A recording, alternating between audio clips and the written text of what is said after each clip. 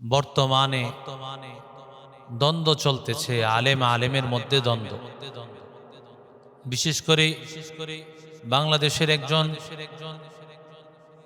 খ্যাতিমান একজন আলেম, সবাই আমরা তাকে চিনি, মানুষ তাকে ফখরে বাঙ্গাল বলে ডাকে। এটা সত্যিকার অর্থে বাংলাদেশের জন্য একটা গর্ব। আমরা বাংলাদেশের হক্কানি উলামায়ে কেরাম যারা জাতির জন্য কথা বলেন তাদেরকে সবাই ভালোবাসেন। আলেমরা তো অবশ্যই আলেমদেরকে ভালোবাসে, কিন্তু যেই সময়টা আজকে এই স্বাধীনতার পর বাংলাদেশকে নতুন ভাবে একটা নতুন বাংলাদেশ, যেই বাংলাদেশ ইসলামের কথা বলবে, কোরআনের কথা বলবে, এমন একটা সময় কিন্তু বর্তমানে চলে আসছে। এ সময়ে পিছনের কথা টেনে সত্য মিথ্যা বানিয়ে সমাজের মধ্যে একজন আলেম বলতে পারেন। একজন আলেমের জন্য এটা কখনো সমীচীন নয়, কারণ আমি যে কথা বলবো সেই কথা যদি মিথ্যা হয়, সেই কথা যদি সত্য না হয়, এর জন্য হাসরের ময়দানে কাঠগড়ায় আমাকে দাঁড়াতে হবে, আল্লাহর কাছে আমার জবাব দিতে হবে, আল্লাহ তাআলার কাছে আমার জবাব দিতে হবে। সমস্ত আলেম নয়, সমস্ত দিনদার সব মানুষ এক কাতারে দাঁড়াতে হবে। আল্লাহ তাআলা বলেন, ওয়াতাসিমু বিহাবলিল্লাহি জামিআন ওয়া লা তাফাররাকু। ও দুনিয়ার মানুষেরা, ও ঈমানদারেরা, তোমরা সবাই মিলে আল্লাহর রশিকে মজবুত ভাবে আঁকড়ায় ধরো, দলাদলি করিও না। আল্লাহ তাআলা বলেন, ওয়াকুনতুম আলা শাফা হুফরাতিম মিনান নারি ফানকাদাকুম মিনহা। মানুষের তো অবস্থাটা এমন ছিল যে মানুষ জাহান্নামের দ্বার প্রান্তে ছিল। আল্লাহর রাসূল সাল্লাল্লাহু আলাইহি সাল্লাম নবীজি কিন্তু সব সাহাবী যারা কাফের বেঈমান ছিল, যাদের মধ্যে ঈমান ছিল না, নবীজি সেই কাফের বেঈমানদেরকে ঈমানের দাওয়াত পৌঁছায়া, ঈমানের নূর সবার মধ্যে ঢুকায়া সবাইকে এক প্ল্যাটফর্মে নিয়ে আসছে যে সবাই ভাই ভাই। মান সাতারা মুসলিমান সাতারাল্লাহু লাহু ইয়াউমাল কিয়ামা, আল মুসলিমু আকুল মুসলিম।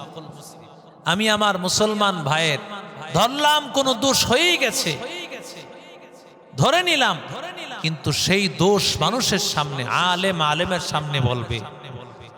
আর যদি সত্যিকার অর্থে সেটা কোনো দোষ না হয়ে মিথ্যাচার হয়, তাহলে একটু চিন্তা করেন, আমি আলেম, আমি যদি একজনের নামে মিথ্যাচার করি, এবং শুধু একজনের নামে নয়, বরং গঙ্গুহি রহমতুল্লাহ আলাইহির এক আদর্শের এক সিলসিলার নাম গঙ্গুহি, রশিদ আহমদ গঙ্গুহি রহমতুল্লাহ আলাইহি সাধারণ কোনো ব্যক্তি নয়। আজকে এই চরমনায়ের মাধ্যমে আলহামদুলিল্লাহ সারা দেশের মধ্যে যে একটা বিপ্লব ঘটেছে, মানুষেরা দ্বীনের দাওয়াত পেয়েছে, আল্লাহওয়ালাদের সোহবতে পেয়েছে, উজানির মাধ্যমে, নানুপুরের মাধ্যমে, দাওয়াত ও তাবলীগের মাধ্যমে। সুতরাং হক্কানি একটি দলকে এভাবে ভ্রান্ত বানানোর চেষ্টা করার জন্য আমি যতই চেষ্টা করি না কেন, এটা কখনো সেই চেষ্টা আমি সফল হব না, বরং মানুষ আমাকে খারাপ বলবে।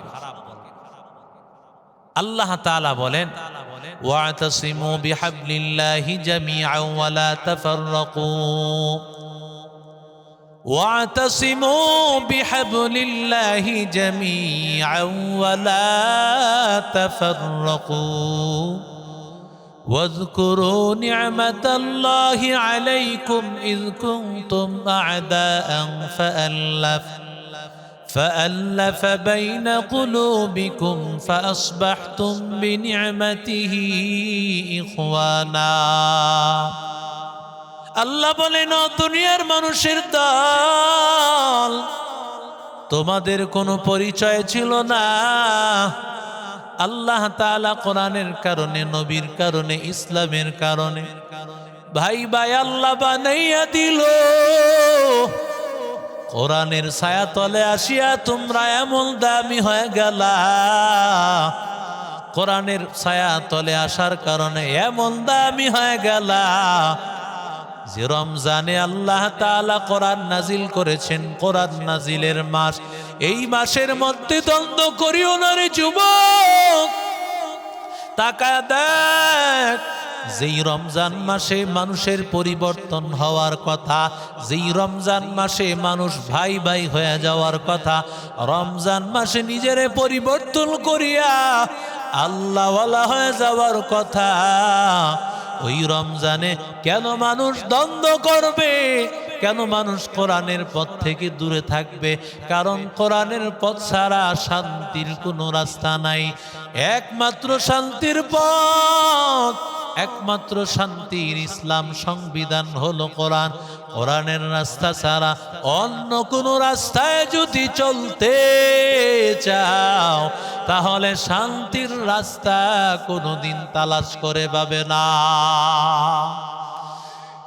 তুকু যাও সুন্নতে আহমদ, তুকু যা বা মোহাম্মদ কই বুয়াত নে সুবত তোরা কারে শাইত মিকুনি নামত ওয়ালি গরওয়ালি লানতাস্তাই বরওয়ালি হম সুরাত হম সিরাতে মুস্তফা হর তমামি হালিও কুন্নিত তেবা মুসলমানি ভুয়াদ গর্দন নেহাদান ইনানে খুদ বদস্তে খাজদাদন গর্ব সুরত আদমি সাবুদে আহমদো বো জালো হামেক সাবুদে আদমিরা আদমিয়ত লাজমাস উদরাগর বুনা বাশদ হয় জামাস। মুসলমান হয়ে যেতে হবে। আল্লাহ তাআলা বলেন ওয়ালা তামুতুন্না ইল্লা ওয়া আনতুম মুসলিমুন। মুসলমান না হয়ে মরিও না রে যুবক। কোরআনের পথে আসো, কোরআনটা মানো। কোরআনের সংবিধান অনুযায়ী ভাই ভাই হয়ে কাঁধে কাঁধ দিয়া চলো রে বান্দা। দুনিয়ার সব কিছু ভুলিয়া যাও, আল্লাহর কোরআনের মহব্বতের সামনে আগাও। দ্বন্দ্ব ভুলিয়া যাও, সব পেছনে ফেলাইয়া আমার আল্লাহর মহব্বত আর কোরআনের মহব্বত, নবীর মহব্বত নিয়া দেশটারে সামনে সাজাও। আল্লাহ তাআলা যেন এই দেশটাকে কোরআনের দেশ বানাইয়া দেয়, ইসলামের দেশ বানাইয়া দেয়। যেই দেশে খুন খারাপি থাকবে না, যেই দেশের মধ্যে লুটতরাজ থাকবে না, সন্ত্রাসী চাঁদাবাজি থাকবে না। আমার বোন আসিয়ার মতো আর কুলমন্ডল সীতা হবে না। ও আল্লাহর বান্দারা, আমার আপনার বোন, আমার আপনার মেয়ে ঘর থেকে বাইরে যাবে, চিন্তা নাই। কারণ কোন দেশের মধ্যে যদি কোরআনের আইন বাস্তবায়িত হয়ে যায়, ওই দেশের মধ্যে আর চিন্তা হবে না। কারণ মানুষ খারাপ কাজ করতে চিন্তা করবে, খারাপ কাজ করার ফাইনাল অবস্থা তো হলো জাহান্নাম। খারাপ কাজ করার ফাইনাল অবস্থা তো আমার জীবন যাবে, আমার জীবন চলে যাবে, গর্দান চলে যাবে, ফাঁসি হয়ে যাবে।